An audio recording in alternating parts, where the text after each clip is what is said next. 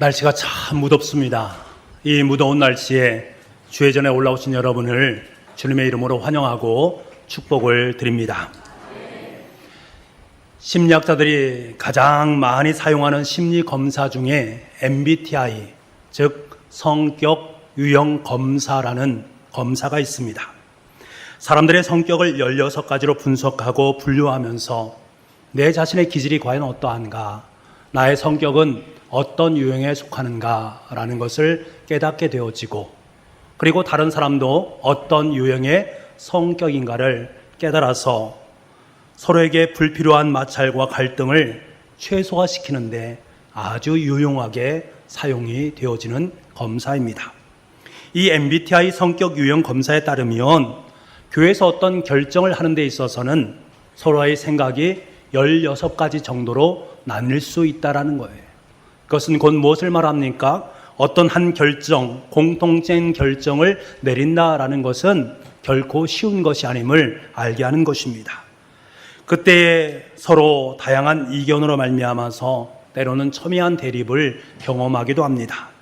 어디 교회뿐이겠습니까? 가정에서도 그렇고 구역에서 그렇고 또한 직장에서도 남녀 선교에서도 이런 경험들을 많이 하게 됩니다. 여러분, 우리가 이를 통해서 생각해 보아야 할 것이 있습니다. 무엇인가 하면 사람들에게는 다양한 성품과 기질이 있다라는 것을 서로가 인정하는 것입니다.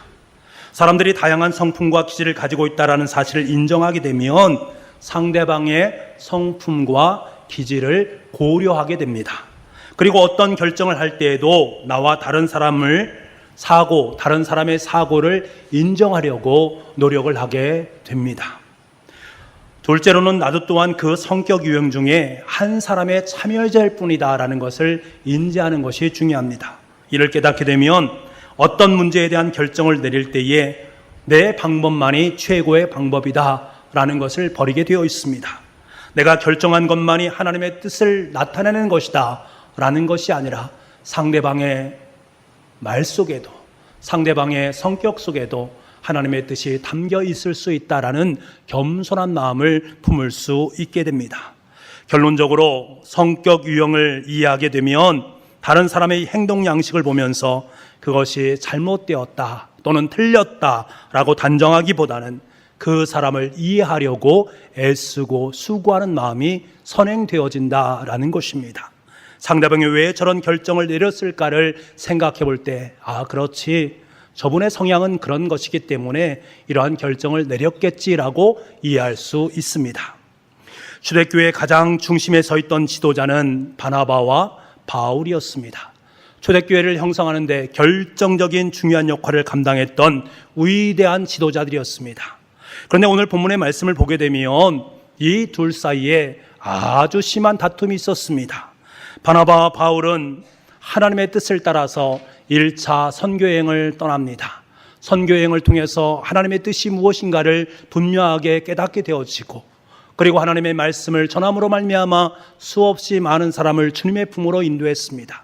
그리고 가는 곳마다 하나님의 교회를 세우는 은혜를 경험하게 됩니다.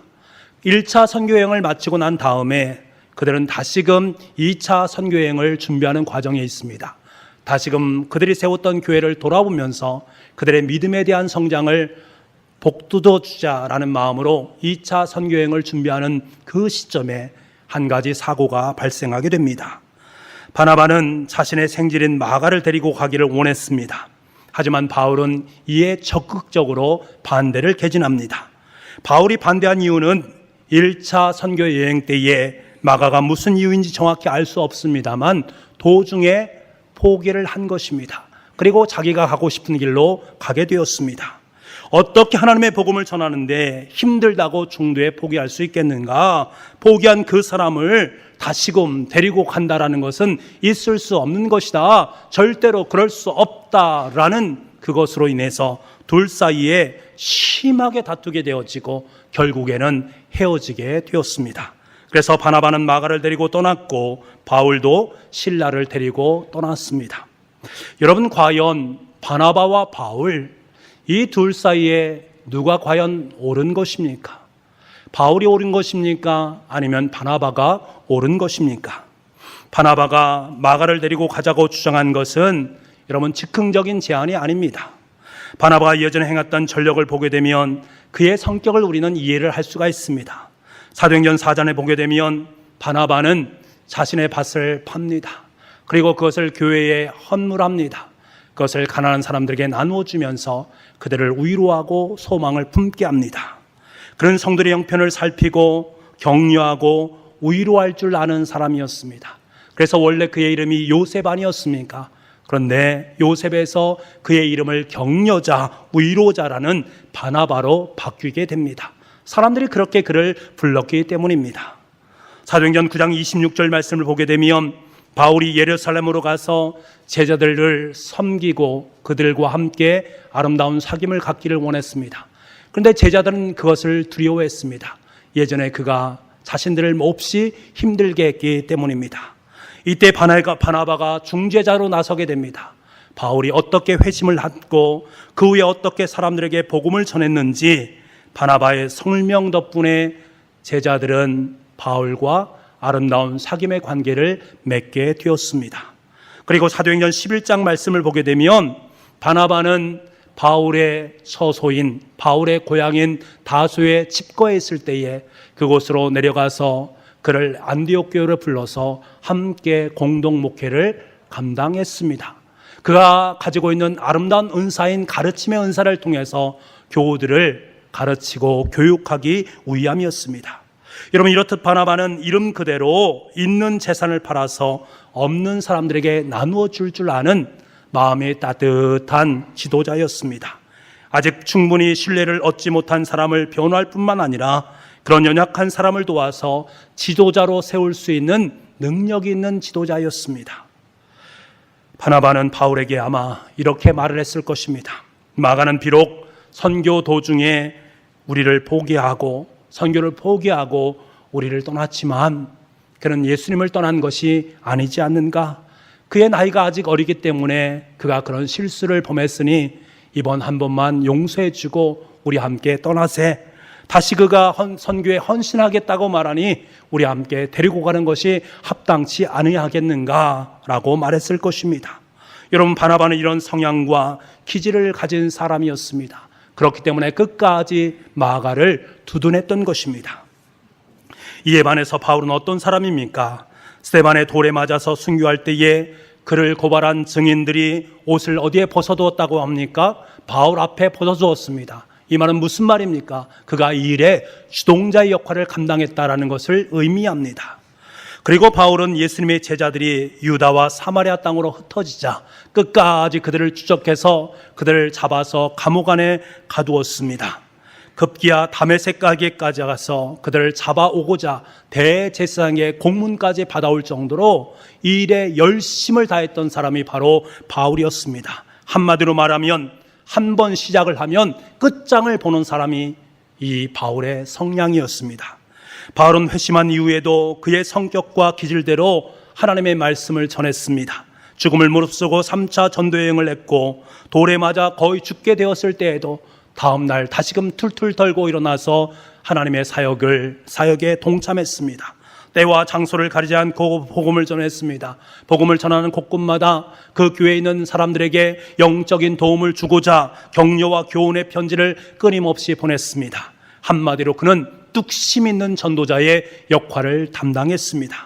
이러한 바울이었기 때문에 한 번 사역을 실수한 마가를 다시 데리고 가는 문제에 용납될 수가 없는 것입니다. 그로 말미암아 바나바와 첨예하게 대립각을 세울 수밖에 없었습니다. 바나바는 현재보다 미래의 가능성을 바라보면서 그 사람을 마음속으로 품었고, 반면에 바울은 현재의 가능성보다는 현재의 가능성으로 미래를 보는 사람이었기 때문에 마가의 문제는 심각한 다툼으로 비화될 수밖에 없었습니다.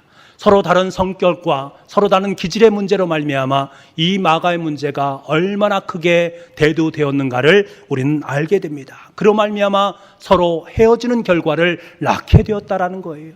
여러분, 과연 이 둘 중에 누가 옳은 것입니까? 누가 옳다, 누가 그러다라고 말할 수 있겠습니까? 그럴 수 없습니다. 이들은 누가 틀렸다라고 말하기보다는 서로 다르다라고 표현하는 것이 맞습니다. 여러분, 우리는 쉽게 속단하지 말아야 됩니다. 바나바는 마음이 너그럽고 사람을 잘 수용해서 마가를 귀한 일꾼으로 세운 반면에 바울은 많은 일을 하긴 했지만 너무나 완고하고 엄격해서 큰 일꾼을 놓칠 뻔했다라는 결론에 도달해서는 안 됩니다. 여러분, 사람들은요, 서로가 다툴 수가 있습니다. 신앙생활 하다 보면 교회 지도자들도 서로 다툴 수가 있습니다. 전에 교회에서 신방을 하다 보면 교회 지도자들 사이에 다툼이 있기 때문에 그것으로 인해서 실망하는 교우들을 제가 종종 만나보았습니다. 예배 때마다 서로 사랑하십시오, 서로 용서해야 됩니다 라고 말하는 그분들의 입술을, 그런데 그들이 서로 싸우는 모습을 바라보면서 마음이 너무나 불편한 것입니다. 그로 말미암아 마음속에 갈등을 쌓게 됩니다. 저는 이런 분들을 만날 때마다 오늘 본문의 말씀을 가지고 그에게 소망을 안겨줍니다. 바울과 바나바도 연약한 사람이었기 때문에 그들도 지도자의 자리에 있었지만 서로 다투었지 않습니까? 마찬가지로 교회의 지도자들도 서로 연약함으로 말미암아 다툴 수가 있습니다. 그런데 중요한 것은 하나님께서는 이 다툼에 초점을 두시기보다는 이 다툼 이면 속에 담겨져 있는 선교의 중심을 두고 있다라는 사실, 바나바 바울은 이후에 하나님의 그 뜻을 발견하고 서로 각각 위치에서 주님의 길을 걸어갔고 향후에 서로 화해했고 마가는 바울의 사역을 적극적으로 돕는 아름다운 일꾼으로 성장하게 되었습니다. 다툼의 현상만 보면 하나님의 뜻을 볼 수 없습니다. 물론 다툼은 정당화될 수 없고 서로 다투었다면 반드시 화해를 해야 합니다. 하지만 다투었다고 무조건 비난하거나 자격이 없다고 못 받기보다는 이 다툼 속에서 하나님의 뜻을 발견하는 것이 너무나도 중요합니다. 혹시 다툼 때문에 힘들어하면 그 몸만 바라보지 마시고 그 이면 속에서 하나님의 뜻이 무엇인가를 발견하려고 애쓰고 수고하십시오 라고 권면합니다. 여러분, 교회에서 발생하는 대부분의 분쟁도 서로 다름 때문에 이루어지는 것들입니다. 본인들은 틀렸다라고 싸우지만 사실은 다른 것 때문에 문제가 됩니다. 자신과 다르면 불편합니다. 그 불편이 쌓이게 되면 그때부터 상대방에 대해서 오해를 하게 됩니다. 나를 적의와 불만을 가졌다라고 생각을 하게 됩니다. 그러다가 점점 날카로워져서 작은 차이에도 불구하고 민감하게 되어지고 그 민감함이 한꺼번에 폭발되면 큰 싸움으로 비화될 수 있는 것입니다. 여러분, 우리는 때로 바울과 바나바처럼 심하게 다툴 수도 있습니다. 한쪽은 다른 쪽을 냉정하고 엄격하다라고 생각하고 다른 쪽은 상대방을 너무나 감정적이고 우유부단하다라고 생각합니다. 그런데 명심해야 될 것은 이 둘 중에 하나가 아니라 무조건 한쪽이 잘못되었다라고 판단하는 우를 범해서는 안 됩니다. 이 두 유형은 상대방이 자신을 반대한다고 생각하는 것이 아니라 그게 그 사람의 성향 때문일 수도 있다는 것을 생각해내는 것이 중요합니다. 그로 인해서 두 유형은 서로 보완 관계 속으로 들어가야 됩니다. 적대하고 거부하는 것이 아니라 서로가 서로를 보완하고 그리고 그 속에서 더 좋은 결실을 맺어나가는 것이 중요합니다. 여러분, 서로의 자리를 인정하고 서로의 장점을 활용한다면 교회들의 사역은 더욱더 활력을 찾을 수가 있게 됩니다. 더욱더 하나님의 뜻 속으로 아름답게 들어갈 수가 있는 것입니다. 사도 바울은 이 사실을 너무나도 잘 알았습니다. 그래서 우리에게 무엇이라고 권면합니까? 고린도전서 12장 14절에서 21절까지의 말씀, 이 말씀을 우리 세 번역으로 함께 읽어보도록 하겠습니다. 고린도전서 12장 14절에서 21절까지의 말씀, 우리 함께 세 번역으로 읽어보겠습니다. 시작. 몸은 하나의 지체로 되어 있는 것이 아니라 여러 지체로 되어 있습니다.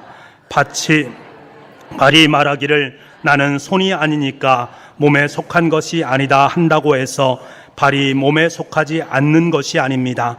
또 귀가 말하기를 나는 눈이 아니니까 몸에 속한 것이 아니다 한다고 해서 귀가 몸에 속하지 않는 것이 아닙니다. 온몸이 다 눈이라면 어떻게 듣겠습니까? 또 온몸이 다 귀라면 어떻게 냄새를 맡겠습니까? 그런데 실은 하나님께서는 원하시는 대로 우리 몸에다가 각각 다른 여러 지체를 두셨습니다. 전체가 하나로 이 지체가 되어 있다고 하면 몸은 어디에 있습니까? 그런데 실은 지체는 여럿이지만 몸은 하나입니다. 그러므로 눈이 손에게 말하기를 너는 내게 쓸데가 없다 할 수가 없고, 머리가 발에게 말하기를 너는 내게 쓸데가 없다 할 수 없습니다. 아멘. 사도 바울은 우리를 그리스도의 몸이요 지체의 각 부분이다라고 말씀하고 있습니다. 다른 형제들도 나와 같은 한 지체라는 거예요. 쓸데없는 사람들이 아니라, 틀린 사람들이 아니라 함께 공존해야 될 한 몸 된 지체들이다라는 사실입니다.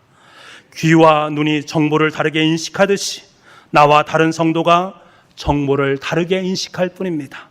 서로 다르기 때문에 상대방이 볼 수 없는 것을 볼 수 없고, 상대방이 인식할 수 없는 것을 인식할 수 있습니다. 그래서 궁극적으로 하나님의 뜻을 발견하게 되어지고 서로가 연합되어져서 하나님의 선한 뜻으로 나아갈 수 있게 되는 것입니다. 여러분, 자세히 생각해 보면 같은 것보다는 다른 것이 더 자연스럽고 당연한 것 아니겠습니까? 하늘에서 내리는 눈은 육각형 아니겠습니까? 하지만 그 모습은 모두가 다 다르다고 합니다. 같으면서도 다른 거예요. 사람들의 얼굴도 눈, 코, 입 서로가 같은 모양 같지 않습니까? 하지만 더 깊게 바라보면 모두가 다 다릅니다. 손의 지문도 다르고요, 눈의 홍채도 다릅니다. 다른 것은 너무나도 당연한 것입니다. 다르기 때문에 더 아름답고 다르기 때문에 더 효율적인 것입니다. 이것이 바로 주님께서 우리에게 들려주시는 주님의 음성입니다. 예전에 가정사역연구소에서 가정사역에 대해서 공부할 때에 강사 목사님께서 강조하신 부분이 바로 이 다름의 문제였습니다. 우리는 가정에서 수많은 지뢰들을 매설해 놓고 있다는 거예요. 평상시에는 이 지뢰의 모습 매설되어 있기 때문에, 감추어져 있기 때문에 보지를 못합니다. 그러다가 한쪽에서 남편이 되었든 아내가 되었든 공격을 시작하게 되면 자신이 가지고 있는 그 지뢰를 하나씩 폭발을 시키는 겁니다. 그러면 그 폭발력이 너무나 크기 때문에 상대방의 심장 속에 아픔을 주게 됩니다. 그 아픔으로 말미암아 결국은 이혼의 지경에까지 이르게 되어진다. 이 지뢰는 다름 아닌 틀림이다 라고 말합니다. 남편이 아내가 나와 틀린 주장을 하기 때문에 도저히 용납할 수 없는 것입니다. 그래서 틀린 것이 발견되면 이들을 꼬투리 삼아서 지뢰를 계속적으로 폭발시켜서 가정 속에서 큰 전쟁을 일으키게 되어집니다. 이러한 가정에서 무엇이 해결될 수 있겠습니까? 가정 속에 가장 필요한 것은 틀림의 문제가 아니라 이 문제는 서로 다름의 문제다라는 것을 일깨우는 것에서부터 시작해야 된다는 것입니다. 문화적 환경, 남녀 간의 성적 차이, 남녀 이해의 다름 등에 의해서 하나하나 그것을 인정하다 보면 내 내면 속에 가지고 있는 지뢰들을 하나하나씩 그것을 해체를 하게 되어지고 드디어 서로가 모든 문제를 하나하나 해결해 나갈 수 있는 아름다운 동지로 성장할 수 있다는 것입니다. 사랑하는 성도 여러분, 다름을 인정한다라는 것은 상대방을 인정하는 것을 말합니다. 다름을 인정한다라는 것은 상대방과 같은 위치에 서서 문제를 바라보는 것입니다. 그러면 이해를 하게 되어 있습니다. 저는 로마서 말씀을 묵상하면서 바울을 통해서 정말로 이 사실을 다시 한번 깊이 깨닫게 되었습니다. 유대인들이 계속해서 바울이 선교하려는 현장에서 그를 따라와서 그를 죽이려고 합니다. 그를 비방합니다. 그를 폄훼합니다. 그를 방해하는 일이 계속되어집니다. 그 일이 있으면 있을수록 이 바울의 심령 속에는 얼마나 많은 어려움이 있겠습니까? 그의 사역을 감당하는 것도 힘들고 어려운데 끊임없이 옆에서 비방하고 방해하는 일들이 벌어지니 이들과의 관계는 갈등의 관계 속으로 들어갈 수밖에 없는 것입니다. 하지만 바울은 오히려 그들을 가슴에 안고 이들을 위해서 목숨을 내어놓으면서까지 하나님 앞에 용서를 구하고 있습니다. 만약 우리가 이런 상황 속에 있다면 과연 우리는 어떠하겠습니까? 내가 어떤 일을 할 때에 끝까지 반대하고 비방하고 뒤에서 끊임없이 나를 폄훼하는 그 사람이 있다면 과연 그 사람을 용서할 수 있겠는가? 그를 위해서 기도할 수 있겠는가? 그를 위해서 내 목숨을 내어놓고 중보를 할 수 있겠는가? 그들을 위해 기도하기는커녕 원망하고 저주를 품는 우리의 모습은 아닌가? 조그만 것의 문제를 가지고 그것을 크게 비화시켜서 상대방을 공격하는 데 사용하는 우리의 모습 아닌가? 그런데 바울은 도리어 이를 위해서 자신의 목숨을 내어놓고 하나님 앞에 간구하고 있습니다. 어떻게 이러한 믿음의 신앙을 소유할 수 있었을까? 어떻게 이것이 가능했을까?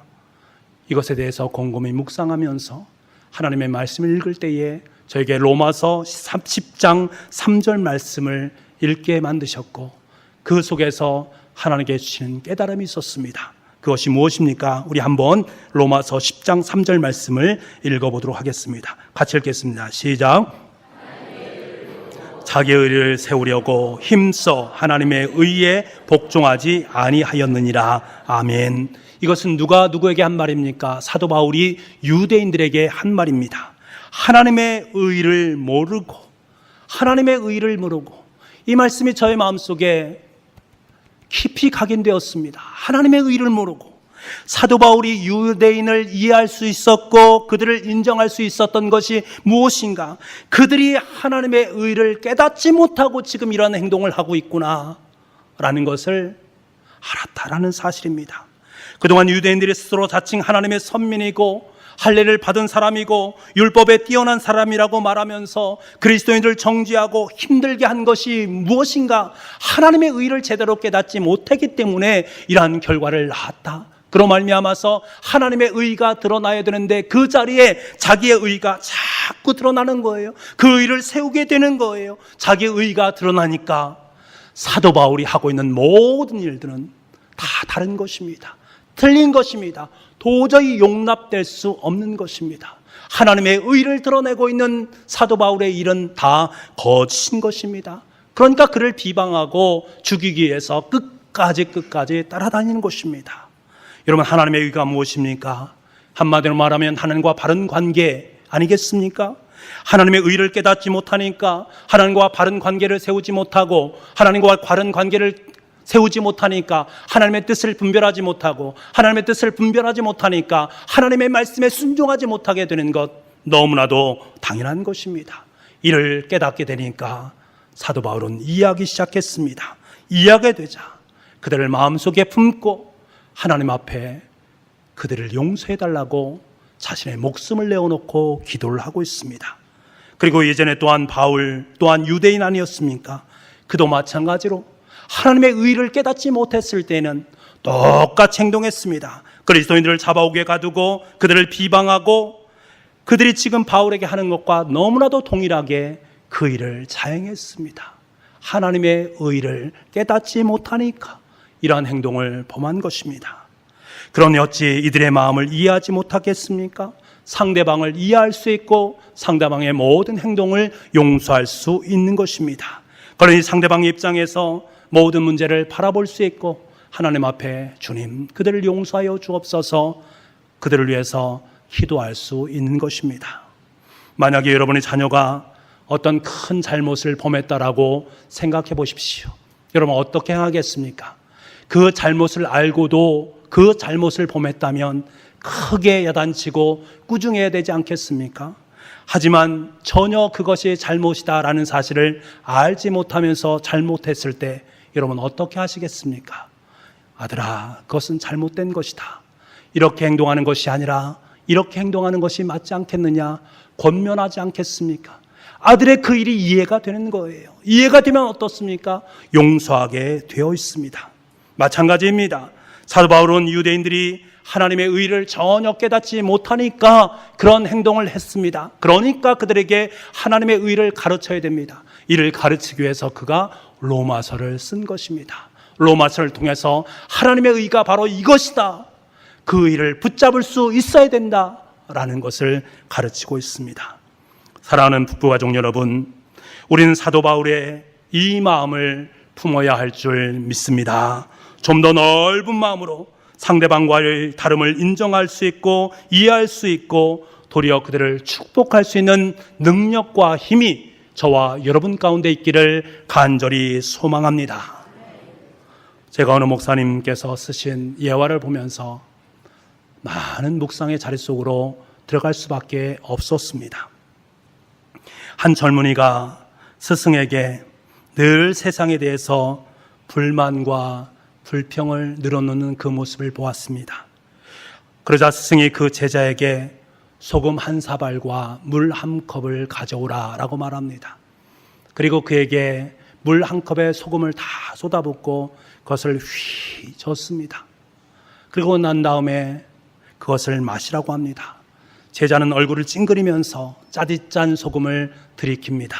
스승이 묻습니다. 맛이 어떠냐? 제자는 잔뜩 화가 난 얼굴로 짭니다 라고 말합니다. 그러자 스승은 제자를 이제 맑은 호숫가로 데리고 갑니다. 그리고 사발에 담긴 소금을 한 움큼 쥐어서 호수에 붓습니다. 그리고 휘 젓습니다. 그리고 그 호수의 물을 떠서 제자에게 마시도록 만듭니다. 그리고 스승은 제자에게 묻습니다. 이 물도 짜냐? 이 물도 짜냐? 안 짭니다. 스승이 말합니다. 같은 소금이라도 짠맛의 정도는 담는 그릇에 따라 달라진다. 내가 컵이 되지 말고 호수가 되어라. 여러분, 미운 사람이 있습니까? 여러분과 의견이 다른 사람들이 있습니까? 그래서 마음이 몹시 속상하고 답답함이 있습니까? 그 사람만 보면 도저히 참지 못하고 우라가 밑에서부터 위로 올라오시는 그런 분들이 계십니까? 그렇다면 먼저 여러분의 마음이 어느 정도의 크기인지를 점검해 보시기를 바랍니다. 내 마음이 간장종지처럼 작다면 힘들고 짜증날 수밖에 없습니다. 반면에 그 마음이 호수 같은 사람이라면 전혀 느낌이 다를 수 있습니다. 저와 여러분의 마음이 컵의 마음이 아니라 호수의 마음이 될 수 있기를 간절히 소망합니다.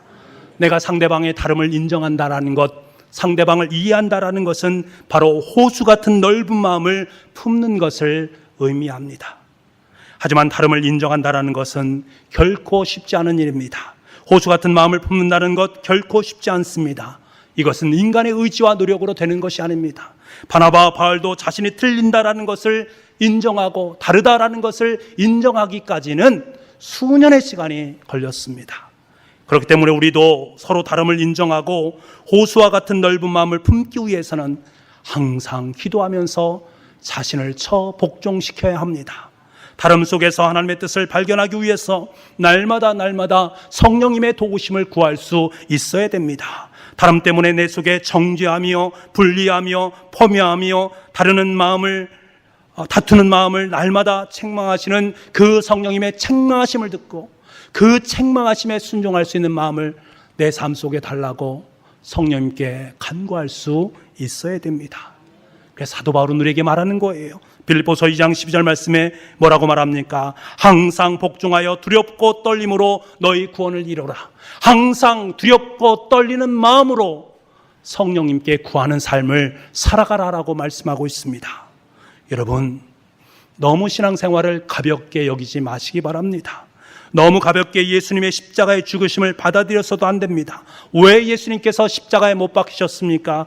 다름의 문제로 서로 틀리다고 말하면서 서로 다투고 갈등을 조성하고 서로 장벽을 세우는 그 문제를 허무시기 위해서 주님께서 친히 십자가에 못 박히셨습니다.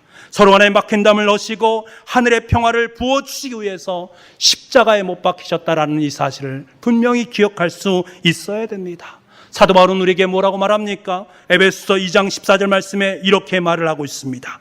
예수님은 우리의 화평이신지라 둘로 하나를 만드사 원수된 것 곧 중간에 막힌 담을 자기 육체로 하시고. 하나님은 화평이 되십니다. 우리의 다름을 가장 선함으로 이끄시기 위해서 자신의 육체를 허무셨습니다. 여러분, 예수님의 호수 같은 그 마음, 그런데 간장종지 같은 우리의 마음을 품으시기 위해서 주님께서는 호수 같은 그 마음으로 우리의 그 마음을 품으셨다라는 사실입니다. 그러기 위해서 십자가에 못을 박아서 그 마음을 우리에게 허락해 주셨다라는 거예요. 그 결과 우리는 하나님의 자녀가 되었고 하나님의 의를 덧입게 되었고 하나님의 구원과 하나님의 용서를 선물로 받게 되었다라는 사실입니다. 다시 말하면 예수 그리스도의 그 마음이 내 삶 속에 들어오게 되었습니다. 그래서 잔인한 종지같이 작았던 마음이 이제 예수님의 호수 같은 마음으로 변하게 되었다라는 것입니다. 그러므로 말미암아 우리의 마음속에는 하나님의 평화와 기쁨이 물 밀듯이 밀려오게 되었다. 여러분 삶 속에 평화와 기쁨이 없습니까? 한번 고민해 보시기 바랍니다.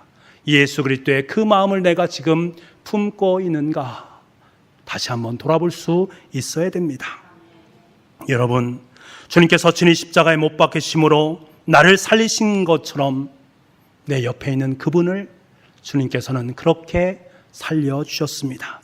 우리는 서로 다른 모습으로 살아가지만 하나님의 형상을 닮은 하나님의 아름다운 아들이요 딸이다라는 사실을 한시도 잊지 않는 우리가 되어야 됩니다. 우리는 다름 때문에 갈등으로 살아가는 존재가 아닙니다. 그 다름 때문에 상대방을 이해하고 상대방을 통해서 그동안 깨닫지 못했던 하나님의 뜻을 깨닫고 함께 더불어서 하나님의 뜻을 향해서 한 걸음 한 걸음 나아가는 아름다운 역사의 주인공으로 저와 여러분을 삼아 주신 줄 믿습니다. 여러분, 예수 그리스도의 호수 같은 마음을 닮아서 서로 함께 연합돼서 막힌 담을 허무는 세상의 아름다운 중보자로 세운 바 될 수 있는 이 시대의 참된 바울로 아름답게 살아갈 수 있는 저와 여러분의 인생 될 수 있기를 간절히 소망합니다. 기도하겠습니다.